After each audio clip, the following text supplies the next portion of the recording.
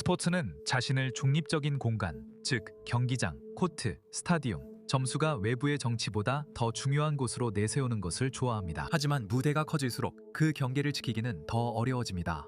올림픽이나 피파 월드컵 같은 세계적인 무대에서는 선수들이 단지 자신만을 대표하는 것이 아닙니다. 그들은 국가, 국기, 국가의 서사, 그리고 때로는 그에 얽힌 정치적 갈등까지도 대표합니다. 이것은 불편한 질문들을 불러일으킵니다. 국제대회에서 선수들이 정치적 발언을 해도 될까요? 전쟁, 정부 또는 시위운동과 관련된 상징들이 경기장에서 금지되어야 할까요? 그리고 연대, 선전, 방해 행위의 차이를 누가 결정해야 할까요? 이것은 또한 한 시위 행위는 칭찬받고 다른 시위 행위는 처벌받는 이중잣대라는 비난을 불러일으키기도 합니다. 그리고 그 경계는 종종 나라, 이유 혹은 순간에 따라 달라집니다. 주요 스포츠 단체들이 정치와 무관하다고 주장해도 논쟁은 같은 질문으로 이어집니다. 정치와 스포츠는 본질적으로 연결되어 있는가, 아니면 분리될 수 있고 또 분리되어야 하는가? 좋아요. 다시 한번 저희 패널을 소개해드리겠습니다. 저희는 i24 뉴스 수석특파원 오웬 알터먼, 스포츠 기자 우리 레비, 킹스 앤 폰즈 저자 하워드 브라이언트를 모셨습니다. 모두 좋은 저녁입니다. 본론으로 들어가겠습니다. 첫 번째 오프닝 라운드는 30초 타이머입니다.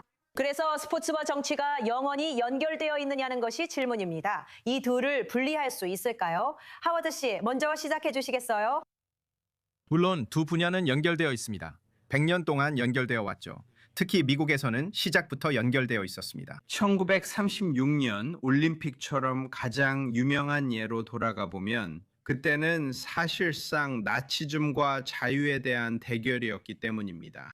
그래서 미국의 많은 유대인 선수들은 흑인 선수들이 자신들을 지지하고 보이콧에 대해 동참해주기를 원했습니다. 올림픽 보이콧은 선수들이 베를린에 도착할 때까지 계속 논의되었습니다. 그리고 분명히 그것은 미국 역사상 위대한 순간 중 하나가 되었습니다. 좋아요. 이제 우리 레비에게 넘어가 보겠습니다. 당신의 의견은 어떤가요? 네, 스포츠는 현대적인 형태로 150년 넘게 사람들이 실천해온 인간의 의식입니다. 그리고 우리가 시간을 거슬러 올라가 고대의 형태까지 가더라도 스포츠는 기본적으로 대표성을 드러내고 그 대표성이 단양을 일으키는 장입니다. 스포츠는 그들에게 국가적, 정치적, 민족적, 종교적으로 정체성을 부여합니다. 그래서 스포츠를 정치와 분리할 수 없듯이 어떤 인간의 행동도 정치와 분리할 수 없습니다. 좋아요. 오웬, 어떻게 보세요? 에밀리, 하워드와 우리가 말했듯이 이 문제는 고대 그리스까지 거슬러 올라갑니다. 우리는 종종 전쟁은 다른 수단에 의한 정치라고 합니다. 고대 그리스에서 에밀리, 스포츠는 다른 수단에 의한 전쟁이었습니다. 도시 국가들은 올림픽 전에 전쟁을 멈췄다가 끝나면 다시 싸움을 시작했죠. 올림픽 기간에는 경기장에서 경쟁하거나 동맹을 발표하기도 했지만 우리는 여전히 개별 선수들을 보호해야 합니다. 수년간 연습한 사람들은 특히 개인 종목 선수라면 올림픽에 참가해야 합니다. 우리는 그들이 경기에 출전할 수 있도록 해야 합니다. 스포츠의 특성과 단체 종목상 때론 더 엄격한 기준이 필요하나 개인 규정은 완화해야 합니다. 좋아요. 이제 좀 더 깊이 들어가 볼게요. 말씀드린 것처럼 우리는 수천 년에 걸쳐 이런 경향이 계속되어 온 것을 봐왔으니 다뤄야 할 내용이 정말 많아요. 하워드 씨, 당신은 제키 로빈슨 전문가이시고 우리가 역사적으로 돌아보면 미국 역사에서 아프리카계 미국인들이 어떻게 살아왔는지 알 수 있죠. 예를 들어 모하메드 알리 같은 인물은 베트남전에 참전하기를 거부하고 공개적으로 입장을 밝혔어요. 역사에서 무엇을 배울 수 있을까요? 제가 생각하기에 우리가 가장 먼저 배울 수 있는 것은 소외된 집단에게 스포츠가 그들의 목소리를 내는데 정말로 중요한 역할을 한다는 점입니다. 단순히 자신의 나라를 대표하는 것뿐만 아니라 자신의 개인적인 상황이나 자신이 속한 사람들의 상황을 대변하고 표현할 수 있다는 점에서요. 무엇보다도 우리가 스포츠를 통해 배운 것은 특히 미국에서 역사적으로 소외된 집단이 자신들이 가치 있는 존재임을 보여줄 수 있었던 곳 중 하나가 바로 스포츠였다는 점이라고 생각합니다. 그곳은 실질적으로 능력주의가 존재하지 않았던 사회에서 드물게 능력주의가 실현된 곳이었습니다. 그래서 다시 한번 스포츠와 사회는 본질적으로 연결되어 있습니다. 네, 그리고 오웬 의견을 말씀해 주시겠어요? 아니면 유리가 다음으로 말씀하시겠어요? 아니요, 물론이죠. 에밀리, 이스라엘에서도 그랬다고 말씀드리고 싶어요. 그리고 이스라엘의 축구팀들은 대부분 몇몇 예외는 있지만 대체로 아랍 선수들이 이스라엘 프리미어 리그에서 뛰고 있고 팀과 팬들 모두에게 동등하게 환영받고 있습니다. 그리고 그것은 이스라엘에서 아랍인들의 발전을 위한 중요한 장이 되어 왔습니다. 물론 유일한 장은 아니지만 중요한 장입니다. 그래서 그런 요소가 있습니다. 하지만 지난 1년 동안 주로 우리의 헤드라인을 장식했던 것은 국가와 선수들에 대한 잠재적인 출전 금지입니다. 또한 월드컵, 올림픽 개최나 리그 자금 지원 등 대형 이벤트 유치 및 리그 지원과 관련된 문제도 있습니다. 사우디아라비아가 리브 골프에서 했던 것처럼 지금은 철수했지만요. 이런 사례들은 어디서, 어떻게, 또 우리가 어디에 선을 그어야 하는지 더 어려운 질문을 던진다고 생각합니다. 그리고 유리, 당신의 생각은 어떠신가요? 네, 물론입니다. 저도 이 문제에 대해 두 연사와 같은 입장입니다. 특히 오웬이 방금 말한 이스라엘 축구에 관한 부분은 역사적으로도 그리고 지금 현재도 독특한 사례이라고 생각합니다. 아시다시피 이스라엘 스포츠는 전 세계에서 유일하게 스포츠 조직과 클럽, 팀들이 정치 운동과 정당의 직접적인 분파였던 스포츠 현장입니다. 지난 120년, 130년 동안 이 현상과 유사한 사례는 전혀 없습니다. 게다가 오늘날 세계 대부분의 사람들은 이 현실을 잘 알지 못합니다. 이스라엘 축구에서는 선수의 3분의 1 이상과 이스라엘 축구협회에 등록된 클럽들이 아랍 마을, 아랍 인구에서 나오고 있습니다. 그리고 게다가 우리는 방금 화면에서 그것을 봤습니다. 지브릴 라주브 팔레스타인 축구협회 회장과 바삼 셰이크 스니만 이스라엘 축구협회 부회장입니다. 두 사람 모두 아랍인입니다. 바삼 셰이크 스니만은 이스라엘 내 아랍 사회에서 가장 저명한 관계자 중 한 명입니다. 그리고 참고로 그는 지브릴 라주브의 아주 좋은 친구입니다. 바삼 셰프 스니만의 아들은 이다 알쿠드스, 즉 팔레스타인에서 가장 성공한 축구 클럽의 회장입니다. 그는 팔레스타인 축구협회에도 등록되어 있습니다. 그래서 제가 보기엔 아주 질 낮게 연출된 인판티노의 이 사진이 완전히 오해를 불러일으켰습니다. 왜냐하면 이 두 사람은 서로를 알고 소통하며 협력하기 때문입니다. 10월 7일 이전에는 이스라엘 축구협회와 팔레스타인 축구협회 사이에 많은 소통이 있었습니다. 그 이유는 이스라엘 축구 혹은 그중 3분의 1 이상이 아랍계이기 때문입니다. 그리고 강한 연결고리, 가족적 연결도 있습니다. 그리고 이들 집단 사이에는 사회적 연결도 있습니다. 그리고 같은 맥락에서 말해보죠. 피파 수장 지아니 인판티노는 자신을 평화 중재자로 보이려 애쓰는 걸 정말 좋아하죠. 그런데 왜 그러니까 집착이라는 단어가 맞지는 않지만 왜 이게 그에게 그렇게 중요한 걸까요? 그리고 그가 나설 자리인가요? 네, 이 부분은 제가 답변할 수 있습니다. 이건 매우 흥미로운 현상인데 인판티노, 피파 회장은 사실 아무것도 새롭게 만들어낸 게 없습니다. 그의 전임자 세브 블라터, 피파 회장이었던 그는 축구를 통해 이스라엘과 팔레스타인 사이에 평화를 가져오겠다는 꿈을 가지고 있었습니다. 알다시피 이렇게 말해서 미안하지만 이게 사실상 세계에서 가장 주목받는 분쟁입니다. 만약 이 문제를 해결할 수 있다면 뭐든지 할 수 있는 거죠. 그렇지 않습니까? 즉 인판티노가 새로운 걸 만든 건 아니지만 블라토와 달리 수월하게 해냈습니다. 그가 부패에 연루됐다는 사실 외에도 그는 수월하게 해냈습니다. 피파의 메커니즘과 축구협회를 통해 다리를 놓으려고 시도하면서 이스라엘과 팔레스타인이 함께 일할 수 있는 시스템을 만들려고 했습니다. 인판티노는 지도자들과 훨씬 더 밀접하게 연결되어 있습니다. 2018년 월드컵의 블라디미르 푸틴이든 2022년 월드컵의 카타르의 이븐 타미 말탄이든 지금은 도널드 트럼프든 마찬가지입니다. 그리고 앞으로를 보면 그는 2030년 월드컵을 앞둔 모로코 리그의 수장과도 잘 연결되어 있고 2034년 사우디아라비아 월드컵을 앞두고 무함마드 빈 살만과도 매우 밀접하게 연결되어 있습니다. 그래서 인판티노는 권력에 훨씬 더 집중하는 인물입니다. 하지만 기회가 오면 그는 그것을 이용할 것입니다. 그리고 지금 그는 피파 회장으로 또 한 번 임기를 노리고 있는데 그렇게 되면 그는 피파 회장 중 두 번째로 오랫동안 재임한 인물이 될 것입니다. 우리 잠깐만요. 방해해서 죄송한데 이 흐름을 계속 이어가야 할 것 같아요. 그리고 하워드의 말도 꼭 들어보고 싶어요. 그건 그냥 인판티노가 사진을 찍을 기회를 이용하고 있는 것뿐이고 실제로는 기반이 없는 행동입니다. 맞아요. 아니에요. 그리고 우리는 100% 맞아요. 이 부분에 대해서는 1000% 맞아요. 왜냐하면 권력에 대해 이야기할 때 이건 정말 흥미로운 대화거든요. 왜냐하면 그 권력의 연결고리가 바로 정치거든요. 그는 그걸 사용하고 있어요.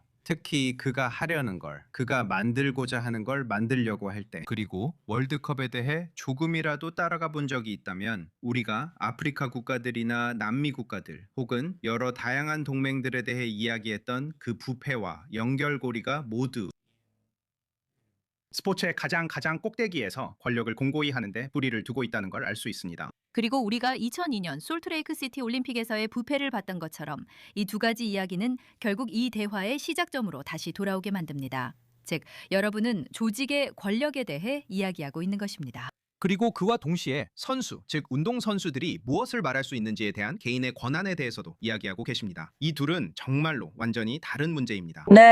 그리고 있잖아요, 오웬. 저는 또 여러 가지 수준이 있다고 생각해요. 그러니까 어느 정도가 지나친 걸까요? 무엇이 적절한 걸까요? 그리고 다시 한번 표현의 자유와 자기 자신을 표현할 수 있는 능력에 대한 문제죠. 그래, 그 부분은 맞아, 에밀리. 하지만 이 문제의 일부는 곧 훨씬 더 악화될 거라는 걸 알아야 해. 쟈니 인팬티노와 관련된 일들, 그리고 어느 정도는 올림픽 운동에서도 마찬가지인데 민주주의 국가들이 이런 대회를 개최하고 싶어하는 게 점점 더 어려워지고 있어. 비용이 너무 많이 들고 시설을 짓는 것도 너무 비싸. 그리고 그 모든 게 드러나게 되지. 올림픽 운동은 운이 좋았어, 에밀리. 나는 파리와 밀라노 올림픽에 있었고 두 민주주의 국가가 멋진 대회를 열었지. 이제 내 고향 LA가 다음이야. 지아니 인판티노는 카타르 월드컵을 성공적으로 마쳤고 사우디아라비아 월드컵도 기대 중이야. 우리는 모로코도 언급했어. 앞으로 민주주의 국가가 아닌 나라들이 이런 행사를 주도하는 모습을 더 자주 보게 될 거야. 이런 질문들도 더 중심이 될 거고. 내 생각에는 지금 당장 최소한의 인권 기준 같은 걸 마련하는 게 해답이야. 적어도 우리가 출발점으로 삼을 수 있는 문서라도 있어야 해. 논쟁이 완전히 끝나진 않겠지만 모두가 동의할 출발점은 될 거야. 이런 나라들이 대회 개최를 위해 충족해야 할 기준이야. 특히 시설을 짓는 노동자들의 근로 조건이나 방문객들의 환경, 그리고 행사와 직접적으로 연관된 것들이 중요해. 이런 조직들이 기본 규칙과 조건을 정하는데 가장 효과적이며 훌륭한 변화를 촉진할 수도 있어. 하워드, 이것도 얘기해보자. 조지 플로이드 사건 이후 무슨 일이 있었고 콜린 카퍼닉이 주도한 국가가 연주될 때 무릎을 꿇는 행동이 어떤 결과를 가져왔는지 우리 모두 알잖아. 그런데 네 생각에는 이게 너무 과한 걸까? 우리가 알다시피 이런 움직임이 조금 줄어든 데에는 이유가 있었어. 그런데 개인 선수나 운동선수가 자신의 입장을 밝히는 것과 그게 선을 넘는 큰 물결이 되는 것 사이에 미묘한 경계는 어디에 있다고 생각해? 그 선이 어디냐에 따라 다르지. 내 생각에는 우리가 이런 이야기를 할 때 보통은 조직에 대해 말하는 것 같아. 그리고 내가 생각하기에 네가 콜린 캐퍼닉이나 무하마드 알리 같은 선수들을 언급했을 때 혹은 1936년 올림픽까지 거슬러 올라가더라도 그건 국가에 맞서는 개인의 입장 표명에 대한 이야기야. 그리고 이번 경우에는 9.11 이후에 미국 9.11 이후의 스포츠에서는 조직들이 이제 정치가 스포츠에 좋다고 결정했어. 애국심의 수준이 폭발적으로 증가했고 그것이 9.11 이후 미국 스포츠를 규정하게 되었지. 그들은 이제 정치가 비즈니스에 좋다고 결정했어. 그리고 그들이 싫어하는 건 힘이 없는 사람들이, 그러니까 선수들이나 노동자들, 직원들이 목소리를 내기 시작할 때야. 하지만 미국 풋볼 경기를 보면 경기장에는 국기와 전투기 비행 그리고 군인들이 국가를 부르는 모습을 볼 수 있어. 이런 국수주의는 스포츠 전반에 퍼져 있고 이제는 비즈니스의 일부야. 그런데도 우리가 선수에게 비난을 돌리는 건 선수가 내 정치적 상황이나 이 나라에서 벌어지는 개별적인 사안에 대해 할 말이 있다고 말할 때야. 아리, 네 생각은 어때? 내 생각엔 알다시피 어떤 사건이나 스포츠 이벤트에 대한 비판에는 미묘한 경계가 있다고 생각해. 정치적 표현으로 변하는 것 말이야. 그리고 진지하게 알다시피 특정 행위 때문에 그 나라를 대회에서 제외시키는 것. 예를 들어 러시아는 우크라이나 침공 3일 후에 FIFA와 올림픽위원회 그리고 국가올림픽위원회에서 퇴출당했지. 그리고 알다시피 그 당시 나는 이스라엘 사람으로서 여기 사는 사람으로서 그걸 이해했어. 우리는 세계 스포츠에서 새로운 단계, 새로운 차원으로 나아가고 있는데 이건 이스라엘에게 매우 위험할 수 있어. 예를 들어 한 나라가 스스로를 방어할 권리에 대해 끊임없이 의문을 받고 의심받고 있어. 국제 스포츠 행사에 참가하는 것이 정당한지에 대한 의문도 제기되고 있어. 그리고 참고로 10월 7일 이후로 이스라엘은 FIFA를 포함한 모든 국제 스포츠 단체에서 이런 문제들에 직면하고 있어. 그래서 러시아와의 이 얇은 선을 넘는 것이 사실상 판도라의 상자를 열었고 이제 모든 것이 해석의 대상이 되어 우리가 옳고 그름을 결정할 수 있게 되었다고 생각해. 그리고 지금 오은이 말한 것처럼 나는 이렇게 말했어. 그래, 물론 완벽한 조건, 25도씨의 방 아니라면 나는 당연히 오은에게 동의해. 하지만 우리가 지금 살고 있는 세상에서는 그건 사실상 불가능해. 폭력으로 상황이 악화되고 사람들이 다치며 보이콧 요구도 나오고 있어요. 단순한 정치 발언이 아닙니다. 오웬 의견 있으신가요? 유로비전은 운동 경기는 아니지만 그래도 인간의 의식 같은 거잖아요. 맞아요. 그건 정말 의식이에요. 그리고 모든 관심이 원래 사람들이 즐기고 자기 나라에 대해 자부심을 느끼고 공정한 투표 시스템을 가져야 하는 그런 축제라는 사실보다는 이스라엘에 쏠려 있는 것 같아요. 오웬? 맞아요. 예술 문화계에서 이스라엘은 이런 문제를 더 많이 겪었어요. 적어도 지금까지는 다행히 그렇지 않았죠. 스포츠계에서는 기관들과 협회들이 대부분 이스라엘과 이스라엘 선수들을 지지해왔어요. 이스라엘 선수들은 종종 다른 정부들에 의해 보이콧을 당하기도 하죠. 꼭 선수들 때문만은 아니에요. 선수들은 정부에 의해 출전을 포기하게 되고 이스라엘 선수들과 경기를 피하려 합니다. 보세요. 여기엔 별개의 문제가 두 가지 있습니다. 하나는 선수 개개인의 표현의 자유 문제입니다. 저는 경기장, 코트, 아이스링크 밖에서 선수들의 표현의 자유를 반드시 보호해야 한다고 생각합니다. 하지만 경기장 안에서는 그것을 잠시 제쳐두어야 합니다. 그래서 우크라이나 선수의 유니폼을 허용하지 않기로 한 결정이 동계올림픽에서 옳게 내려진 것입니다. 전쟁 사진을 유니폼에 넣고 싶어한 선수는 슬라이더였던 것 같습니다. IOC가 개입해 허용되지 않았고 그 결정은 옳았다고 생각합니다. 콜린 캐퍼닉이 국가 연주 중 무릎을 꿇은 일은 더 논란이 됩니다.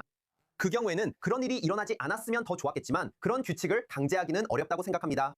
금지 조치도 마찬가지로 초점은 개별 선수 보호에 맞춰야 한다고 생각합니다. 수년간 올림픽을 위해 후연한 러시아 피겨스케이팅 선수들이 원한다면 출전 기회를 줘야 한다고 생각합니다. 그리고 그것이 러시아 국기가 아니라 올림픽 깃발 아래에서 출전하는 것이라면 그렇게 할 수 있도록 허락해야 합니다. 에밀리, 우크라이나 전쟁에 대한 그들의 입장을 따지는 사상 검증 없이 심지어 그들이 전쟁을 지지하더라도 여전히 출전이 허락되어야 합니다. 그들은 여전히 출전할 수 있어야 합니다. 하지만 IOC는 우크라이나 전쟁을 지지하면 빙상에 설 수 없다는 테스트를 도입했습니다. 저는 러시아의 우크라이나 전쟁을 지지하지 않지만 그 테스트가 선수들에게 적용되는 건 반대합니다. 선수들은 정치적 의견의 자유가 있어야 합니다. 부정행위나 도핑도 러시아가 국제대회 출전 금지를 당한 이유였지만 그런 문제가 없다면 선수들은 출전해야 한다고 생각합니다. 단체 종목은 더 복잡하지만 국기를 달고 출전하는 점도 같습니다. 저는 밀라노에서 러시아 하키팀을 보고 싶었을 겁니다. 에밀리, 우리가 올림픽 깃발 아래 경쟁하더라도 모두가 그것이 선수들에게 기회를 주기 위한 암묵적 합의임을 알았죠. 네, 하왓. 저도 질문이 있습니다. 이것도 권력의 문제인가요? 누가 말할 수 있고 없는지에 대한 문제인가요? 개인 선수들, 개인 스포츠를 본다면 테니스를 보세요. 우크라이나 전쟁, 러시아의 우크라이나 침공이 시작되자마자 윈블던은 모든 러시아 선수들을 내쫓으려고 했습니다. 저도 그때 그걸 봤던 기억이 납니다. 정말 혐오스럽다고 생각했어요. 그런 생각에 충격을 받았습니다. 정말 충격이었어요. 그리고 이스라엘 TV나 국제적으로도 그런지 모르겠지만 미국에서는 테니스 경기를 볼 때 러시아 선수들 옆에 러시아 국기가 표시되지 않습니다. 이름 옆에 그냥 빈칸만 있어요. 그래서 그게 러시아 개인 선수들이 출전할 수 있도록 하는 좋은 타협점인 것 같습니다. 밀라노에서도 많은 러시아 피겨스케이팅 선수들이 조지아 시민권을 취득해 조지아 대표로 출전했습니다. 국가를 기리지 않으면서도 개인 선수들을 대회에 출전시킬 방법이 있습니다. 우리는 그 적절한 지점을 집중해 찾아야 한다고 생각합니다. 그게 더 나은 해결책이라면 우리가 추구해야 할 방향이라고 생각합니다. 서둘러요. 제 생각에는 제가 여기서 좀 인기 없는 의견을 가지고 있는 것 같아요. 저는 모든 나라가 참여해야 한다고 생각합니다. 이게 좀 이상하게 들릴 수 있다는 걸 알아요.